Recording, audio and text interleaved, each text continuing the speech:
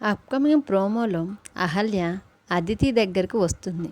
అదితి దగ్గరకు వచ్చి అదితిని పెళ్లి కూతురుగా రెడీ చేస్తున్న వాళ్ళుంటే వాళ్ళందరినీ కొంచెం మీరు బయటికి వెళ్తారా, నేను అదితితో కొంచెం పర్సనల్గా మాట్లాడాలని అంటూ ఉంటుంది.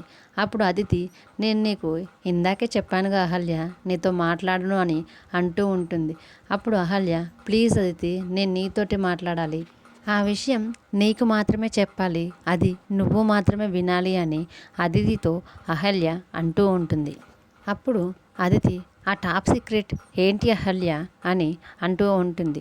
ఇంద్ర ఈ పెళ్ళికి రాడనా, ఇంద్ర 6 నెలల క్రితమే టెర్రరిస్ట్ అటాక్లో చనిపోయాడా అని అంటుంది.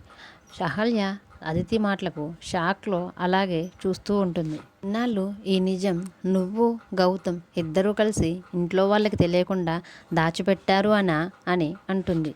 ఈ విషయం గురించేగా నువ్వు నాతో మాట్లాడాలని అనుకుంటున్నావు, రా ఇప్పుడే వెళ్ళి ఇద్దరం కలిసి అందరికీ ఇంద్ర లేడు చనిపోయాడని చెప్దామని బలవంతంగా అహల్య వద్దు వద్దు అంటున్నా కానీ అహల్య చేతిని బలవంతంగా పట్టుకొని పెళ్లి మండపం దగ్గరికి ఇద్దరు కలిసి వస్తారు.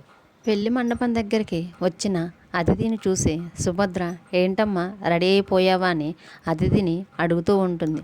అప్పుడు అదితి, నేనెప్పుడో రెడీ అయిపోయాను ఆంటీ, కానీ అహల్యని ఈ పెళ్ళిని ఆపమని అడుగుతూ ఉంది అని అందరితో చెప్పటంతో పెళ్లి మండపంలో ఉన్న అందరూ కూడా ఒక్కసారిగా షాక్ అయి లేచి అందరూ నిలబడతారు. అప్పుడు అదితి, ఇంద్ర ఈ పెళ్ళికి రాడు, ఎలాగైనా సరే ఈ పెళ్ళి ఆపాలని అహల్య పదే పదే నా దగ్గరికి వచ్చి ఈ విషయం గురించే మాట్లాడుతుంది ఆంటీ అని సుభద్రతతో అంటూ ఉంటుంది. అతిథి మాటలకు ఏం చెప్పాలో తెలియక అహల్య ఇబ్బంది పడుతూ ఉంటుంది. మరోవైపు గౌతమ్ పెళ్లి మండపం దగ్గరికి రావాలని కారులో డ్రైవ్ చేసుకుంటూ వస్తూ ఉంటాడు. తర్వాత అర్జున్ ప్రసాద్ గారు అహల్యతో, గౌతమ్ ఎందుకు రాడమ్మా అని అహల్యని అడుగుతూ ఉంటాడు.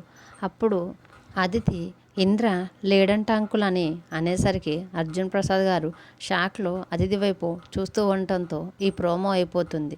చూద్దాం మరి అప్కమింగ్ ఎపిసోడ్లో నిజంగానే అదితి పెళ్లి మండపంలో అందరి ముందు అలాగే మాట్లాడిందా అనేది జరగబోయే ఎపిసోడ్లో తెలుసుకుందాం. ఈ వీడియో కనుక మీకు నచ్చితే ప్లీజ్ లైక్ చేసి మన ఛానల్ని సబ్స్క్రైబ్ చేసుకోండి.